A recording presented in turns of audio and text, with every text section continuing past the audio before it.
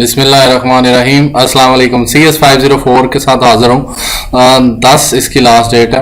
काफ़ी आसान है, लेकिन आपको डायग्राम बनानी पड़ेगी MS पेंट के अंदर या फिर draw.io पे, या मतलब कोई भी MS वर्ड के अंदर भी आप इंसर्ट शेप करके भी बना सकते हैं, वटएवर। और शेप हर बंदे की अपनी मर्जी की बनाई जा सकती है, बट आपने जो सिनेरियो दिया है वो उसको देख के हल करना। लेट्स सी, चलते हैं क्वेश्चन के ऊपर।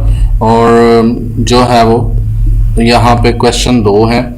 आपको एक सिनेरियो दिया गया है कि आपने एक ओल्ड इमेज को जो है वो हाई इमेज में बदलना है। मतलब जैसे होता है कि पुरानी इमेज को चेंज करके नई में बदलना है, कुछ कलर अच्छे हो जाएं, कुछ मतलब चीज़ें इन्हांसमेंट और कुछ ना कुछ इस तरह का बेटरमेंट उसके अंदर आ जाए। तो वो कौन से प्रोसेस में है? ग्राफिक डिजाइनर मुझसे बहुत अच्छा जानते होंगे, उन्होंने एक ऐप बनानी है, तो ऐप के अंदर हमने कोडिंग करनी है। कोडिंग जो करनी है तो वो किस तरह स्टेप बाय स्टेप होगी। तो इस तरह की बहुत सारी ऐप है, और अगर आप देखना चाहते हैं तो स्टेप बाय स्टेप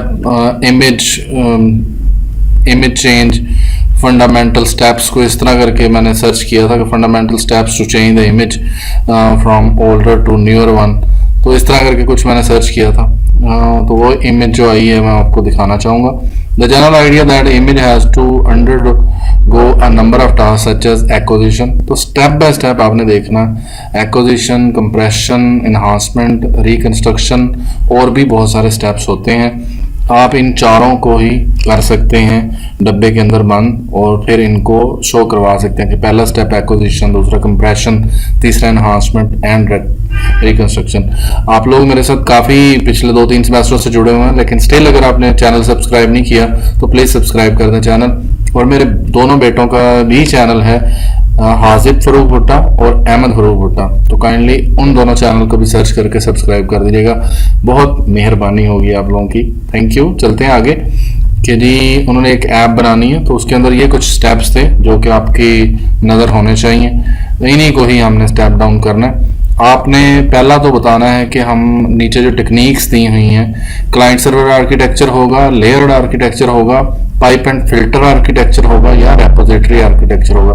तो इसके 2 नंबर हैं, इनमें से जो भी बताएंगे। तो मेरे ख्याल से पाइप एंड फिल्टर आर्किटेक्चर है। स्टेप बाय स्टेप काम होता है। आप जब इमेज को, आपने खुद भी देखा हुआ है बहुत सारी ऐप में, तो पहले वो एक करवाता है हमसे, फिर दूसरा, फिर तीसरा, चौथा। तो हम एक पाइप के अंदर होते हैं और वो फिल्टर अप्लाई करता जाता है। जैसे आपको फिल्टर अप्लाई करना है टिकटॉक पे और या किसी इमेज वाली ऐप के अंदर होता है। तो नेक्स्ट आपने कुछ इस तरह लिख देना कि in my point of view pipe and filter architecture is used in this scenario. And second one, आपने इमेज ड्रॉ करनी है। मैंने ड्रॉ नहीं की, सीधी सी बात है। तो मैंने ये इमेज ली है, मैं इसको रिकंस्ट्रक्ट कर सकता हूँ खुद से। मैंने सिर्फ आपको दिखाना था acquisition, enhancement, processing, restoration, compression. तो आप भी इसको इसी तरह ही पेंट के अंदर या MS वर्ड के अंदर इंसर्ट में जाएंगे, शेप में जाएंगे, और वहां से आप शेप ले लें बॉक्स के अंदर और वहां उसके अंदर लिख दें, और एरो लगा के उसको एक दूसरे के साथ जोड़ते जाना। पाइप एंड फिल्टर है, तो ये आप किताब के अंदर भी देख सकते हैं कि उसने कैसे 1-2 डब्बे बनाए हुए हैं बिल्कुल सादा से। तो आप इस तरह का लाजमी नहीं है कि बिल्कुल एग्जैक्टली यही इमेज बनानी है। तो जो आपके स्टेप्स हैं आपने उन्हीं को फॉलो करना है। There is no need to show like this. मैं आपको पहले बता रहा हूँ, इस तरह की बनानी नहीं है। आपने अपनी मर्जी से बस इनको ऐसे लिंक कर देना और नॉलेज बेस के साथ इसका रिलेशनशिप बना देना, डबल एंडेड एरो के साथ कि जी ये यहाँ से जो जो आपके स्टेप उन्होंने दिए हुए हैं उनको इसी तरह लिख दें कि जी एक्विजिशन, एनहांसमेंट, नेक्स्ट कंप्रेशन, और फिर रिकंस्ट्रक्शन, और या रिजल्टेंट इमेज। तो इस तरह करके कोई ज़रूरी नहीं है कि बहुत ही, बस आपने स्टेप लिखने कि ये इस आर्किटेक्चर के स्टेप है। तो आई होप सो आपको समझ आ गई होगी। आपने इसी इमेज के साथ पंगा लेना है तो वो आपकी मर्जी है। तो मैं नहीं चाहता कि इसको यूज़ करें, क्योंकि इसमें ज़्यादा स्टेप्स हैं। उन्होंने जितने बताए हैं आप उनको यूज़ कर लें। और नेक्स्ट वन जो है वो नेमिंग कन्वेंशन के रिलेटेड है। ये एज अ प्रोग्रामर आपको लाजमी पता होना चाहिए। ये बहुत अच्छी टेक्निक है। प्रोग्राम बन जाता है, अगर आप गलतियां ये भी कर दें तो कोई इतना बड़ा इशू नहीं है। लेकिन आप एक अच्छे प्रोग्रामर जिनको रूल्स एंड रेगुलेशन और जो कन्वेंशंस, कोडिंग कन्वेंशन है, उनको नहीं पता, तो आपके ऊपर एक हमेशा यही बैज लगा रहेगा कि you are not a good coder. तो आपको रूल्स पता होने चाहिए कि जब एक वेरिएबल डिक्लेयर करते हैं तो उसमें आप लोगों ने पहला लेटर सवाल लिखना है, फिर उसके बाद जो भी कोई नई चीज होगी उसको आपने उसका पहला लेटर कैपिटल लिखना है। इसे कैमल नोटेशन बोलते हैं, तो आप इसके रिलेटेड पढ़ सकते हैं। तो प्लेट नंबर ऑफ व्हीकल, तो ये हमने लिखनी थी। तो व्हीकल का वी छोटा, प्लेट का पी। तो स्ट्रिंग एक जो है वो डाटा टाइप है। नेक्स्ट जो है वो वाइड सेट एज, ये एक सेटर फंक्शन है जिसके अंदर पैरामीटर पास है। तो वो कहते हैं एडमन ए इस तरह ना रखें, तो आप इसको जो उसके अकॉर्डिंग है उसी तरह का ही नाम रखें। इसके साथ एडमन ए एज कर दें। तो ऐसा पैरामीटर होना चाहिए जो कि दोबारा यूज ना हो, वो बार बार वो चीज आप उसके साथ कन्फ्लिक्ट ना कर दें। तो एडी एज भी रख सकते हैं। और सेट एज के साथ एक और ड्रामा भी था कि इसका ए छोटा था, तो इसका ए बड़ा होना चाहिए। फंक्शन का नाम लिखते हुए भी आपको पहला लेटर, पहला जो वर्ड होता है वो स्मॉल होता है, उसके बाद नेक्स्ट वर्ड का पहला लेटर बड़ा होता है। और ये यहाँ पे एक खास चीज है एडमन एज, इसको आपने देखना है। नेक्स्ट वन जो है वो इसके रिलेटेड आप खुद भी ढूंढ सकते हैं, कोई बुक के अंदर टोकन के नाम से है, टोकन टोकन, तो वहां पे आप देख लीजिएगा। स्टूडेंट एसटीडी, तो इसमें मुझे कोई खास बात नहीं समझ आई कि डाटा टाइप या मतलब क्लास का नाम है, तो इसका क्लास का नाम बड़ा रखते हैं, पहला लेटर तो वो रख दिया।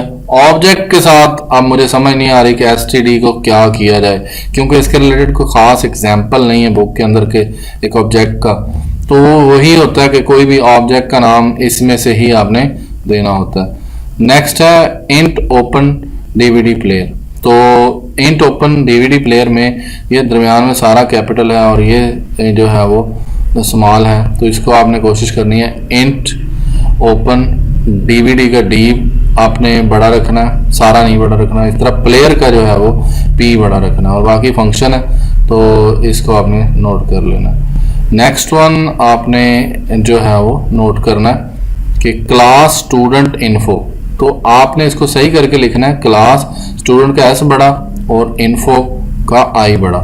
इसमें जो खास बात थी वो प्राइवेट डाटा मेंबर था, तो इसको जब भी शो करते हैं तो इसके साथ आपने अंडरस्कोर यूज करना है। तो प्राइवेट इंट रोल नंबर और रोल नंबर का एन बड़ा, और फिर एंड पे अंडरस्कोर लगाते हैं। अंडरस्कोर इंटीमेट करता है कि ये प्राइवेट है, तो मैंने इसके साथ कॉलन भी लगा दिया, प्राइवेट कॉलन, तो इसका मैंने सेक्शन भी बना दिया। तो आप इस चीज को भी नोट कर लें, अदरवाइज सेक्शन नाम ही बनाए तो कोई मसला नहीं है, लेकिन बुक में बनाए हुए हैं उन्होंने।